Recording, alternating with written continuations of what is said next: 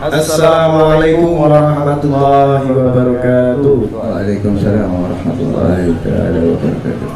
Alhamdulillah, bertemu lagi bersama saya di Kultum Suasana Kopi. Iya, bertemu lagi di Kultum Ramadan ya, yang dimana diselenggarakan oleh Suasana dan berada di Suasana Coffee Place bersama mitra kita Bahtera Ilmu Official. Ya, perkenalkan nama saya Habibi. Di sini saya diamanati atau dikasih tanggung jawab sebagai host atau pemandu acaranya dari pertama acara mulai sampai nanti acara ini akan selesai insya Allah. Dan kita tamu kita Ustaz Al-Habib Muhammad bin Muhsin Al-Adas, yang dimana beliau ini juga termasuk pemimpin dari Majelis Sabab Alawin Pekalongan, yang dimana beliau ini juga pemilik dari bisnis As-Sayyid Pekalongan. Insya Allah laris Habib tokonya. Alhamdulillah ya, berkah Ramadan insya Allah. Amin. Amin, amin. Alhamdulillah kita sudah memasuki di bulan puasa ya, dan hari pertengahan ya, di pertengahan bulan puasa, yaitu puasa Ramadan tanggal 14 Ramadan. Kita sudah berada di pertengahan. Iman kita harus tetap kita jaga ya, jangan sampai turun, tetap menghadiri tarawih dan segala macam. Namun Habib, permasalahan yang sering kita hadapi yaitu kadang kita itu melewatkan hal-hal yang mungkin kita anggap remeh, kurang penting di bulan Ramadan Habib. Maka dari itu, yang di rumah dan saya sendiri ingin mendapatkan pencerahan insya Allah dari Ustadz Habib Muhammad bin Muhsin Al-Atas, insya Allah. Assalamualaikum warahmatullahi ta'ala wabarakatuh. Alhamdulillahi rabbil alamin wa bihi nasta'in ala umuri dunya wad din. Wassalatu wassalamu ala sayyidina Muhammadin asyrafil anbiya'i wal mursalin wa ala alihi wa sahbihi ajma'in, amma ba'du. Alhamdulillah, Masya Allah, sore yang ceria ini kita masih diberi kesempatan bisa hadir di sini, Masya Allah, bersama akhina Habibi dengan Hussein As-Segaf, Masya Allah, di tempat yang penuh barakah ini, Insya Allah, amin ya rabbal alamin. Amin.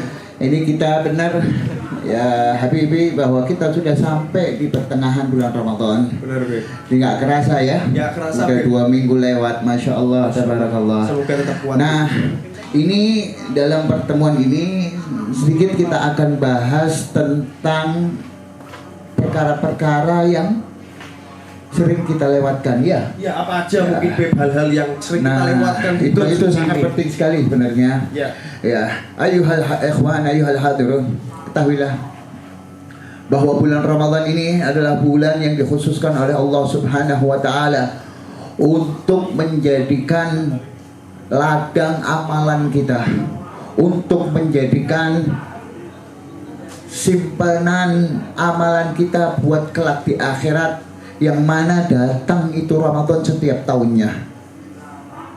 Di dalam hadis mungkin kemarin sudah disebutkan oleh akhina Syarif bahwa bulan Ramadan adalah kafarah, sebagai penebus daripada dosa, kesalahan-kesalahan kita dari tahun-tahun, dari bulan-bulan yang lalu, yang mana kita lampau dalam melakukan maksiat, melakukan dosa, melakukan kesalahan. Nah, di bulan Ramadan ini kita berusaha untuk menebusnya. Ketahuilah bahwa hal-hal yang sering kita lewatkan di sini di bulan Ramadan sebenarnya banyak. Bahkan kadang kita anggap hal tersebut sangat remeh, akan tetapi di situ memiliki pahala, memiliki keutamaan, memiliki fadilah yang sangat tinggi di bulan Ramadan ini. Di dalam hal ini, perkara yang sering dilewatkan di bulan Ramadan kita akan membaginya menjadi dua hal. Dari sekian banyak ini akan kita bagi 2 hal. Ya, yang pertama, perkara-perkara yang sering kita lewatkan di bulan Ramadan dan ini bisa menyebabkan rusaknya bulan Ramadan, rusaknya ibadah puasa kita secara syar'i atau secara tidak sah. Dan yang kedua, yang mana perkara ini yang sering kita dapetin, yang sering kita lewatkan di bulan Ramadan, yang mana ini bisa menghilangkan fadilah atau keutamaan yang akhirnya kita keluar dari bulan Ramadan ini menjadi sia-sia, yakni perkara-perkara yang sunnah. Nah, dan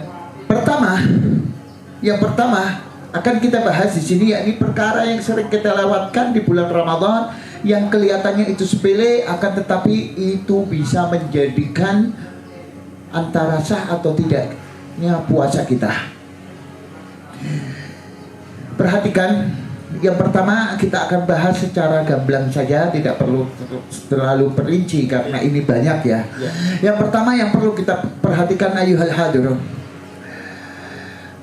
yakni ketika kita makan sahur dan ketika kita berbuka puasa.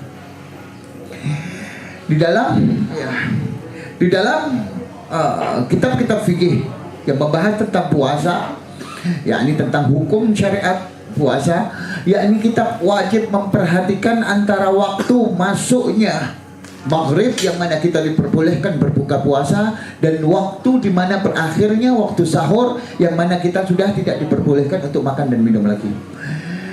Ketahuilah bahwa di sini kita perlu perhatikan akan berbuka puasa, yang mana ulama menyebutkan bahwa ketika kita berbuka puasa, yakni membatalkan puasa atau bahasanya iftar, ya futur, yakni memakan sesuatu yang mana menjadikan puasa kita berhenti, yakni karena masuknya maghrib, itu syaratnya kita harus yakin akan dukhulul waqt, akan masuknya waktu maghrib. Itu penting. Kalau kita sudah yakin, yang mana yakin tersebut keluar daripada ijtihad atau keluar daripada tanda-tanda yang jelas, seperti memang sudah masuk waktunya dari azan, atau sudah gelap, atau kita sudah menggunakan waktu istiwa pada jam kita, bahwa itu sudah memasuki terbenamnya matahari benar-benar, maka disitulah kita diperbolehkan berbuka puasa. Seperti itu. Nggak boleh kita asal dengar azan, atau kita mungkin pokoknya yang penting dengar azan sudah makan.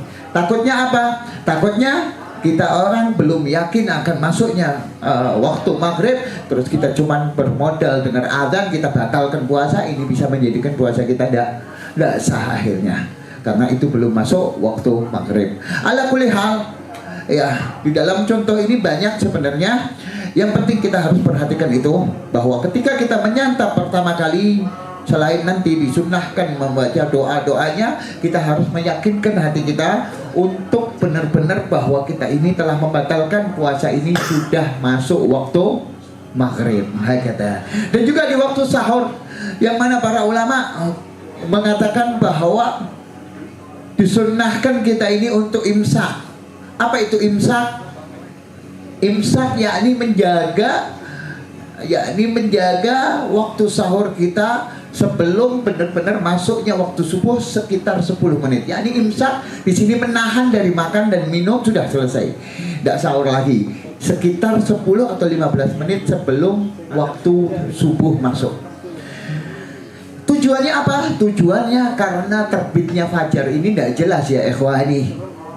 Terbitnya fajar kalau kita mau lihat pakai secara mata langsung, ini sulit kita dapat karena mungkin mendung dan waktunya juga sulit kita dapatkan, kecuali dari menggunakan waktu-waktu yang ada di Indonesia ini. Ya. Nah, akan terbitnya fajar itu para ulama mendefinisikan al-imsak di sini untuk ditahan dulu. Makan dan minum berhenti dulu, jangan makan dengan minum. Ya, tahan, sudah berhenti. Yakni kita mulai puasa kita sekitar 10 atau 15 menit kita sudah bersih dari makan dan minum, yakni siap-siap untuk melaksanakan salat subuh. Karena apa? Karena yang sering kita dapat kejadian orang-orang awam, sebagian meyakini, ini juga disebutkan di kitabnya Habib Salim yang masalah som, fi masalah som, beliau Habib Salim mengatakan bahwa sudah banyak orang-orang awam ini meyakini bahwa selama belum selesai adzan maka di situ masih boleh bersahur. Ya, ini pemahaman kata Habib Salim salah, jauh daripada akidah atau kaidah yang ada di dalam fikih, dan juga jauh daripada yang disebutkan di dalam Al-Quran. Ini perlu kita perhatikan. Ya, jangan sampai kita orang tergiur dengan katanya kalau belum adzan selesai masih kita boleh nyantap sahur. Iya Pak ya, kita pernah dengar? Pernah. Iya betul kan? Nah, kata ini salah sebenarnya. Seketika adzan waktu subuh, yang namanya adzan itu bukan menandakan masuknya waktu subuh, tapi i'lan sebagai penanda bahwa sholat sudah bisa didirikan.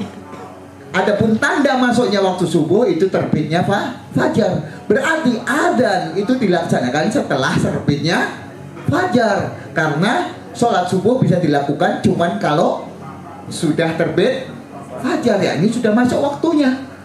Jadi kalau kita masih makan atau masih minum dengan landasan sebelum adzan selesai kita masih bisa sahur, ini salah sekali. Ya, ini perkataan yang salah, ini pemahaman yang salah, perlu kita benarkan. Dan ini apabila kita yakini bahaya, bisa menjadikan puasa kita tidak sah. Penting kan di sini? Ya penting. Dan yang ketiga, tadi sudah masalah puasa, masalah sahur, sama masalah buka puasa, perlu kita perhatikan. Iya, ini sering kelewatkan. Iya, betul apa betul? Sering kita anggap remeh masalah sahur dan masalah buka puasa. Yang ketiga di sini, ini yang perlu kita ingatkan bahwa yang namanya perkara yang membatalkan puasa itu bukan cuma makan. Ini perlu diperhatikan. Tidak boleh ada sesuatu apapun yang masuk melalui lubang tersebut dengan sengaja ketika kita lagi puasa. Seperti apa misalnya? Seperti cotton bud, orang kuping. Ini kalau puasa kita cotton bud dan cotton bud tersebut sampai masuk ke dalam batasan batin yang dikatakan telinga batin, terus kita tarik, itu sudah mengatakan membatalkan puasa. Para ulama mengatakan itu bisa membatalkan puasa.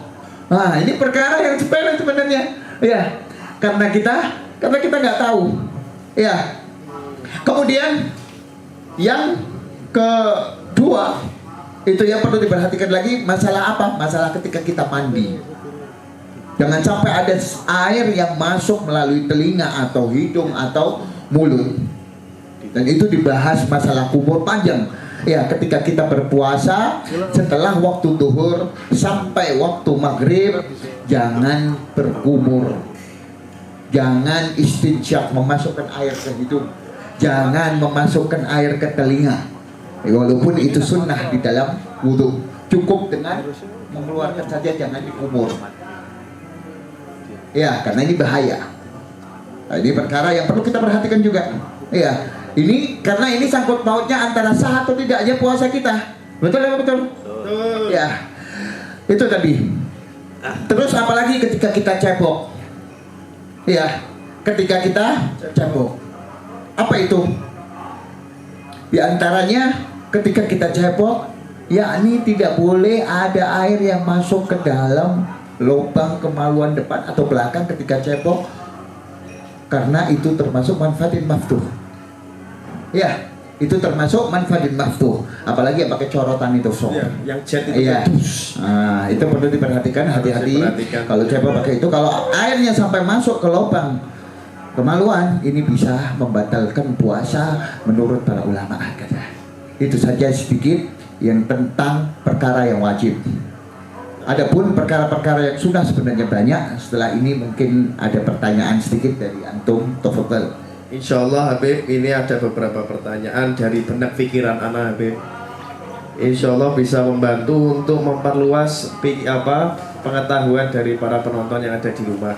Dan pengumuman untuk para penonton yang nonton live di Instagramnya Suasana maupun di YouTube-nya Bahtera Ilmu, bisa langsung komen aja kalau ingin bertanya seputar yang tadi sudah dijelaskan oleh Ustadz Muhammad, insya Allah, atau mau bertanya-tanya selain itu juga boleh di luar topik, no problem. Yang penting kita belajar bersama. Habib, bagaimana hukumnya kita ketika menunda berbuka puasa? Berbuka puasa, mungkin sudah azan tapi kita menunda-nunda. Mandi sih apa dulu nanti dulu, misal apa dulu lah. Gitu Beb, gimana Beb? Masya Allah. Dalam berbuka puasa ini memiliki beberapa kesunahan yang perlu kita perhatikan juga, jangan sampai kita lewatkan. Sebenarnya yang bagian kedua ini tadi hal-hal yang sering kita lewatkan dari perkara-perkara sunnah, dan ini sangat banyak, diantaranya meninggalkan sholat berjamaah, meninggalkan tilawatul Quran, meninggalkan majelis ilmu, meninggalkan apalagi perkara sholat-sholat sunnah, ba'diyah dan qabliyah, sholat rawatib, sholat duha, sholat witir, dan sholat-sholat sunnah yang lainnya. Ini banyak sebenarnya yang perlu kita perhatikan supaya kita tidak terlewatkan hal-hal tersebut, yang mana kemarin mungkin sudah disebutkan bahwa pahala-pahala sunnah, ingat, pahala sunnah sekecil apapun di bulan puasa ini pahalanya dilipat gandakan menjadi pahala wajib. Masya Allah Habib, Masya Allah, jadi wajib. Makanya hatta sekecil apapun gunakan. Di antaranya kesunahan ketika berbuka puasa, di sini disebutkan bahwa kita disunahkan untuk mempercepat buka puasa.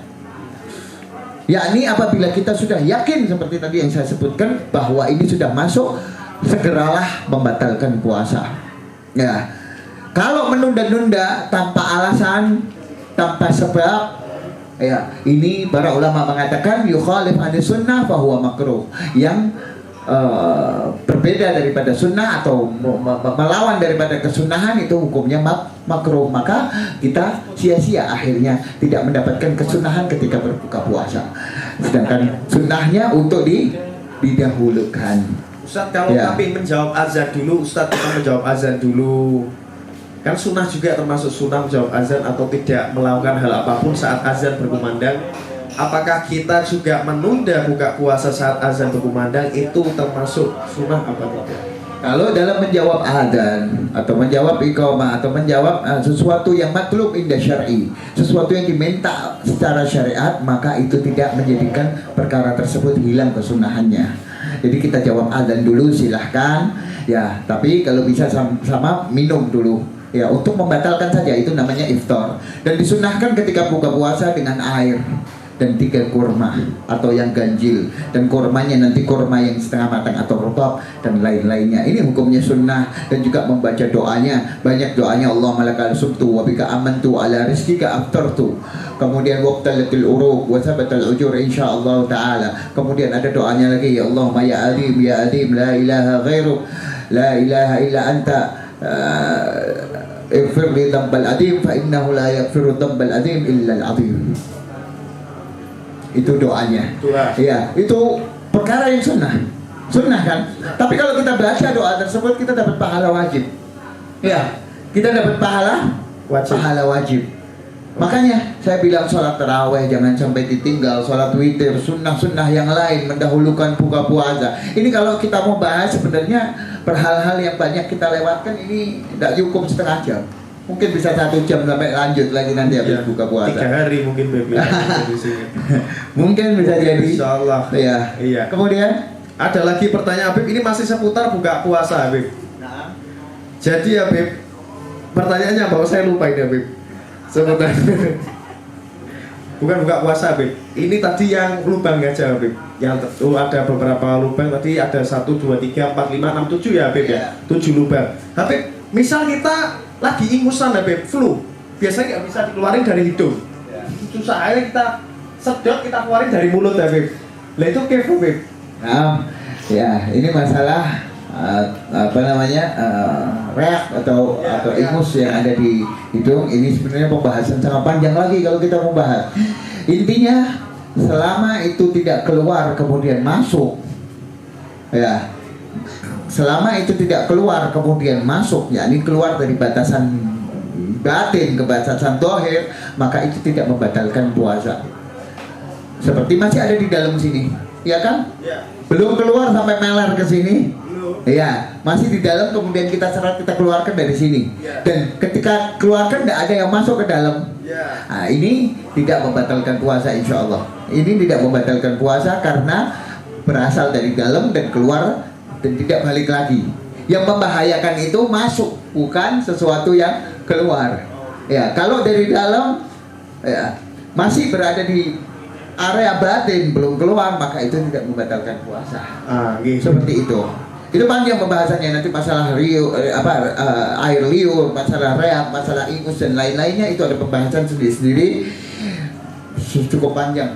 Kalau kita mau bahas, nah ya Insya Allah kesempatan yang akan datang kita akan bahas itu. Habib pertanyaan, ya Habib, makanya kenapa Habib? Makanya ini saya di sini juga mengingatkan bahwa sebelum kita melakukan perkara yang wajib di dalam agama, wajib kita tahu ilmunya. Nah, supaya kita nggak bingung ketika melaksanakan perkara tersebut.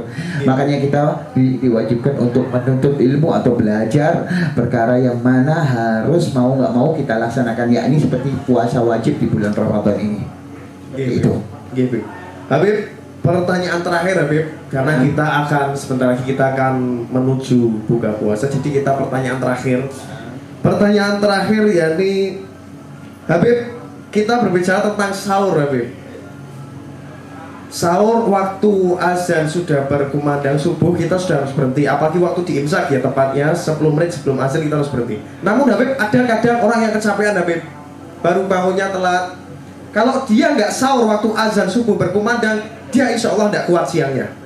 Oke Habib, kalau itu Habib, dia yakin nggak kuat, apakah dia harus sahur di situ? Apa nanti dia boleh membatalkan aja waktu di siang hari? Betul Habib. Masya Allah. Ya, kalau dia sudah meyakini bahwa itu sudah azan, seperti tadi yang saya katakan, dan itu sudah keluar waktu, yakni sudah masuk waktu subuh, maka dia tetap makan sahur atau minum. Walaupun dia ini, kalau saya nggak makan, saya nggak kuat nanti puasa. Lah gimana? Ini sudah habis waktunya. Tetap ini dikatakan tidak sah puasanya, wajib diqadha nanti, dan dia wajib imsak. Oke, dia makan, mungkin dia makan karena dia tidak tahu. Terus gimana? Dia puasa, ikut puasa, tetap wajib puasa, dan nanti hitung gitu utang satu itu hari itu. Seperti itu. Ya, wajib untuk ya, Bi. Nah. Karena sahur ini sunnah dan ini menjadikan keberkahan buat kita. Dan ada satu amalan lagi, ya, apabila kita telat sahur atau kita ingin menjadikan hilang rasa dahaga dan rasa haus di siang hari ketika puasa, itu dari guru kami dapat satu ijazah untuk memperbanyak membaca surat Li'ilafi Quraisy. Li'ilafi Quraisy ilafi imrihlata syita'i was-sayf falyabudu rabb hadzal bait alladzi at'amahum wa amanahum min khauf. Itu baca berulang-ulang kali, dan ini bisa menjadikan insya Allah sedikit mengurangi rasa dahaga dan rasa lapar kita di siang hari. Insya Allah. Itu saja, mudah-mudahan bermanfaat buat kita.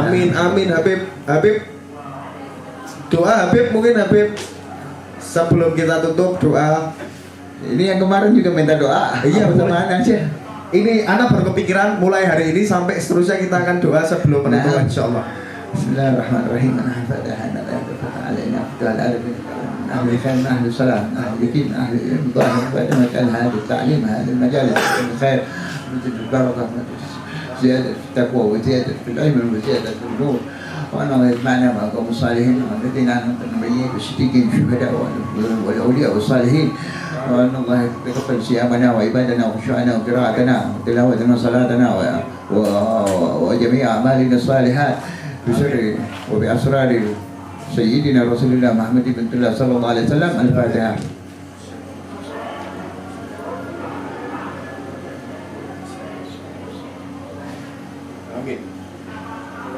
أنعمت عليهم غير المغضوب عليهم ولا الضالين آمين. سبحانك اللهم وبحمدك أشهد أن لا إله إلا أنت أستغفرك وأتوب إليك. سبحان ربك رب العزة عما يصفون وسلام على المرسلين والحمد لله رب العالمين. Alhamdulillah, dengan ditutupnya dengan doa berarti kita sudah selesai kultum pada sore hari ini. Terima kasih Ustadz Muhammad bin Muhsin Alatos. Terima kasih banyak atas waktunya ya. Insya Allah kita akan bertemu lagi dengan beliau di hari Rabu berikutnya, dan Ustadz Syarif nanti di Senin berikutnya insya Allah. Dengan ini saya mohon maaf jika ada salah kata maupun perbuatan yang disengaja maupun tidak sengaja, pertanyaan yang aneh apapun yang ini ya Beb, yang pertanyaan tadi aneh-aneh, mohon maaf jika ada salah ya. Dengan ini kami tutup kultum Ramadan ya, di suasana kopi. Insya Allah kita bertemu lagi di hari Senin. Jangan lupa tanya-tanya, jangan lupa follow YouTube, follow Instagram Bahtera Ilmu dan juga Suasana. Insya Allah kita buka sore hari ini. Mau buka puasa ya, insya Allah. Bukan dibuka lagi kultumnya nanti, tidak selesai saya tidak buka, ini saya puasa. Alhamdulillah. Sekian, wassalamualaikum warahmatullahi wabarakatuh.